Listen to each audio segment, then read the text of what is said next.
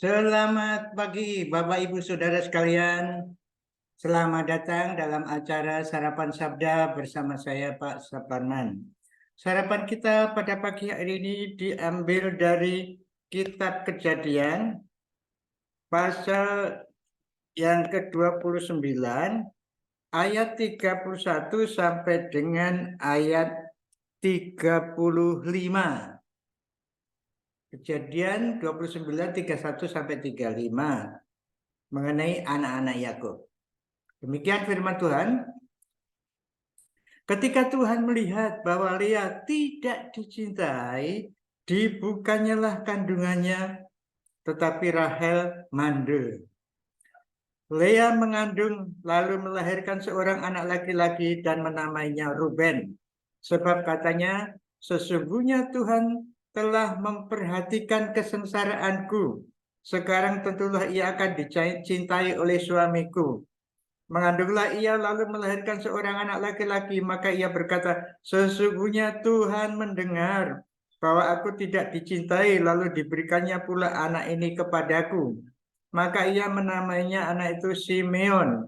Mengandunglah pulalah ia, lalu melahirkan seorang laki-laki, maka ia berkata, sekali ini suamiku akan lebih erat kepadaku, karena aku telah melahirkan 3 anak laki-laki baginya. Itulah sebabnya ia menamainya anak itu Lewi. Mengandung pula lah ia, lalu melahirkan seorang anak laki-laki. Maka ia berkata, sekali ini aku akan bersyukur kepada Tuhan. Itulah sebabnya ia menamai anak itu Yehuda. Sesudah itu ia tidak melahirkan lagi. Bapak Ibu Saudara sekalian, inilah suasana keluarga.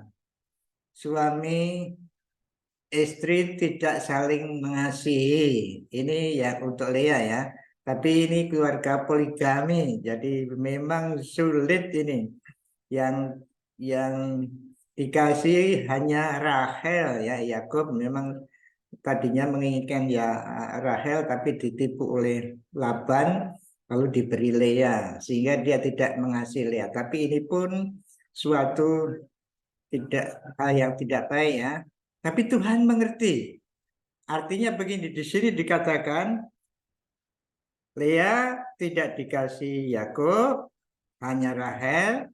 Lalu Lea dibuka kandungannya, ya Rahel mandul. Nah, ini Tuhan memperhatikan ya. Kamu tidak dikasih, maka saya buka kandunganmu dan kamu punya anak. Jadi anak itu jelas ini karunia Tuhan, pemberian Tuhan. Nah, si Lea tahu bahwa ini perhatian Tuhan, tetapi dia berpikir kalau dia punya anak, suaminya akan mengasihi dia. Tidak juga demikian. Sampai anak ketiga, tidak juga demikian. Sampai anak keempat dikira ini pasti lebih erat dengan saya. Tapi rupanya tidak dijelaskan di sini. Akhirnya Lea dikatakan ayat itu, katanya dia apa? Tidak lagi minta dikasih suaminya, tetapi yang dikatakan seperti ini. Dikatakan ini apa? Ayat yang terakhir itu mengatakan, sekali ini aku akan bersyukur kepada Tuhan. Bersyukur saja. Tidak usah dikasih suaminya juga tidak apa-apa. Punya anak 4 laki-laki. Dan ini sikap yang bagus yang terakhir ini. Tetapi yang 1, 2, 3 kurang bagus ya. Maksud saya kurang bagus begini.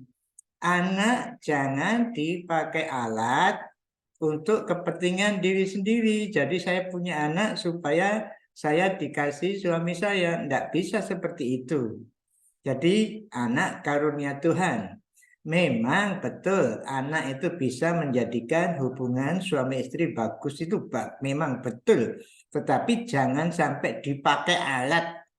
Jadi seolah-olah barang anak itu dipakai alat. Aku punya anak, ayo kamu harus mengasihi saya. Tidak juga seperti itu. Tapi yang jelas anak itu karunia Tuhan. Dan pada akhirnya luar biasa Lea ini. Aku akan bersyukur kepada Tuhan. Tidak dikasih suami, aku akan bersyukur kepada Tuhan. Memang anak pemberian Tuhan. Jadi Bapak Ibu Saudara sekalian, pelajaran yang kita peroleh pada pagi hari ini jelas. Anak Bapak Ibu Saudara adalah karunia Tuhan, pemberian Tuhan.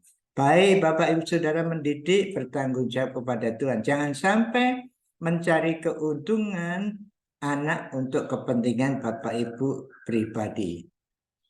Kalau Bapak Ibu mendidik dengan baik, pastilah anak itu mengerti Bapak Ibu Saudara. Tapi jangan sampai dari awal menggunakan anak untuk keuntungan pribadi. Jangan sampai seperti itu. Didiklah anak Bapak Ibu Saudara secara bertanggung jawab. Tuhan memperhatikan Bapak Ibu Saudara seperti Tuhan memperhatikan Lea. Dan pada akhirnya Lea syukur kepada Tuhan. Dikasih suami atau tidak masalah. Tetapi saya dikasih anak, saya bersyukur kepada Tuhan. Mari Bapak Ibu Saudara kita bersyukur kepada Tuhan untuk anak-anak kita.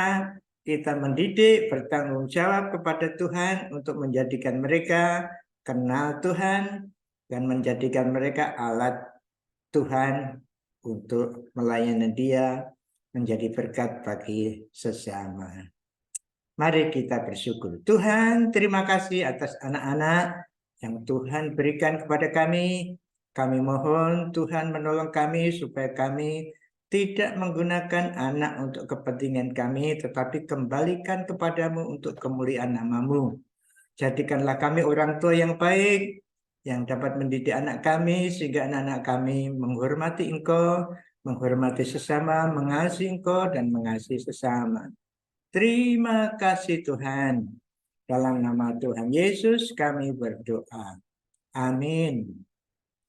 Selamat berkarya, beraktivitas Bapak Ibu Saudara sekalian.